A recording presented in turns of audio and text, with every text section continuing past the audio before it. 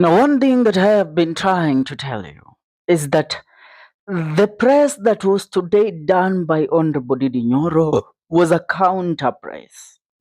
And the counter press was due to the press that was yesterday held by one former Deputy President Rigathi Gachagua in regards to matters revolving the politics around the Mount Kenya region. It's not only that, Rigathi Gachagua had intelligence today that he would be attacked if he attended a burial ceremony that was supposed to take place in in Kiamba constituency, which is in Kiambu County. Now, this counter press that was done by Ndidi Nyoro, Rigathi Gachagua was supposed to deal with it in Kiamba today. But what happened? Now, Rigathi was supposed to attend this burial. And in this burial, Rigathi was supposed to make some declarations which would have dealt a big blow to President William Rutto due to a tour that last week he held in Nairobi County for 5 days. Remember, it didn't start here. On Sunday, Rigathi Gachagua attended a church service at Jogoo Road at ACK Church, together with Kalonzo Musyoka. Now, Gachagua was supposed to speak. He was supposed to address the people of the Republic of Kenya, and among his speeches, he was supposed to deconstruct President William Ruto and deal with President William Ruto perpendicularly due to his failed Nairobi tour last week. But what did happen? A call was made to the ACK Archbishop Jackson Ole Sapit by President William Ruto. He was told, for the sake to tame Gachagua, make sure that you declare the pulpit of ACK or Anglican churches persona non grata to Rigathi Gachagua and any other politician. Are we together? Now that happened and Gachagua was unable to address the people of Nairobi on Sunday. So Gachagua, realizing that, he organized a press with Kameme FM and Kameme TV in the morning, where he addressed the people from his current home through Kameme FM and Kameme TV. Now, after in that address, he addressed a lot of issues. Some of them being a plan to assassinate him, some of them being the reason why Ndidi Nyoro was taken out of the budget and appropriation committee, and other things. And that was the topic of discussion. That was everything that was supposed to be spoken about this week.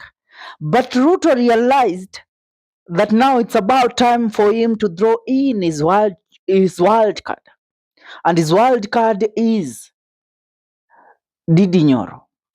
Ndidi Nyoro was instructed to conduct a press today, which is a press that many who believe that Ndidi and President William Ruto are not in good terms were awaiting for Ndidi Nyoro to go ahead and denounce his relationship with President William Ruto.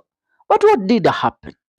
Ndidi Nyoro, instead of him denouncing his relationship with President William Ruto and declaring that he will be a pro-Gachagua supporter, he went ahead to make the press all about Kiharu. He went to make the press all about the allocation of budgetary and all that. He went ahead to make the press a celebration about him going ahead to study for two courses, his doctorate courses, both in the University of Nairobi and at Kenyatta University. That's what the press became about, which became nonsensical because a lot of us were waiting. But let me tell you, there is a certain tweet that was made by one ODM MP, AMISI, even before the press of Ndidi Nyoro happened. Now, listen to what AMISI had to say in regards to the press of Ndidi Nyoro even before it happened. Now, Caleb said, today Ndidi Nyoro will hold a press conference. Please read his body language to decipher whether he is a Rutto must go candidate to divide Kikuyu votes, a hashtag Gachagua protoje, An Uhuru disciple or a spy from the 12 tribes of Israel sent to explore the land of Canaan together with Caleb. Kenyans in the next dispensation, there is no room for regrets. Nature cannot forgive you twice. You must activate your brain cells to to see, listen, judge, and never be blinded by imaginary pop gimmicks and whole day tricks of political diagnosis. Matthew chapter 7, verse 21. Not everyone who says to me, Lord, Lord, will enter the kingdom of heaven, but only the ones who does the will of my Father who is in heaven. You are now wise and smarter. Over to you. Kenyan needs a renaissance. Now that is what Caleb Amisi said. After watching the interview, watching the press of Ndidi Nyoro, he came up with this solution. If indeed you are a project, you have performed below the bill of quantities, another one needs to be assembled urgently or forever forget projects. Hashtag Ndidi Nyoro. Are we together in this? Now, if you have heard what Caleb Amisi is telling us, it's that Ndidi Nyoro is Project Root. Now, allow me to go back to the issue at hand. Did Rigathi Gachagua have the intel that this was a counter press of what he had been doing? Now, the counter press, yes, Rigathi Gachagua had the intel and every Kenyan knew that Ndidi Nyoro was to speak today.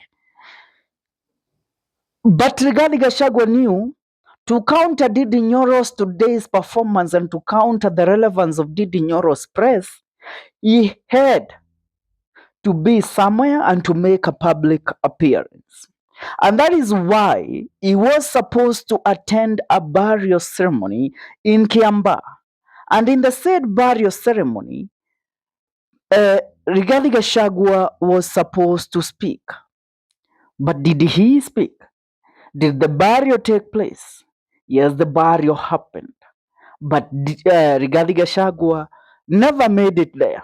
Reason being, the majority leader, Kimani Ichung'wah and Kiambaa MP Kawanjiku, are believed to have ferried goons today to Kiambaa, where the second deputy president, Rigathi Gachagua, was expected to attend a burial ceremony.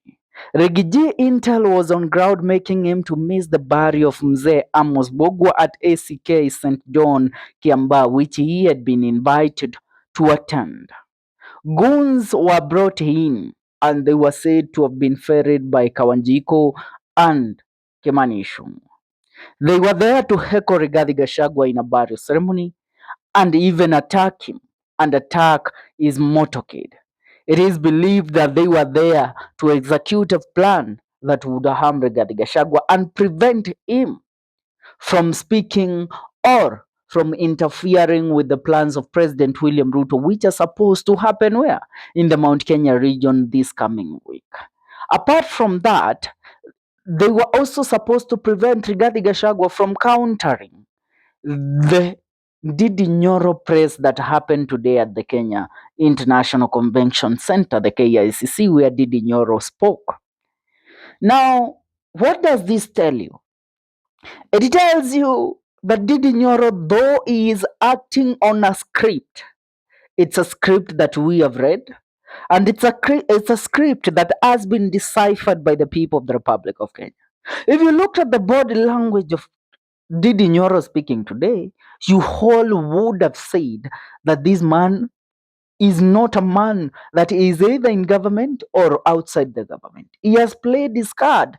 He has tried to convince the people of the Republic of Kenya. But one thing that he has made sure he has won is the sympathy of the people of the Mount Kenya region.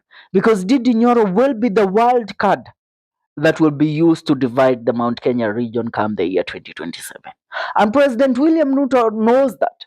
And that is why, even on what you people celebrate, thinking that Ndidi Nyoro did not support or back Rigathi Gachagua's impeachment out of goodwill, there is where you go wrong. Because according to the intel that we have gathered and analyzed for so long, even before the impeachment happened, Ndidi Nyoro was the first person that was a competitor of Rigathi Gachagua in the Mount Kenya region. Now, what does this tell you? Ndidi Nyoro was the man that was supposed even to inherit the DP position if Rigathi Gachagua was to be thrown out.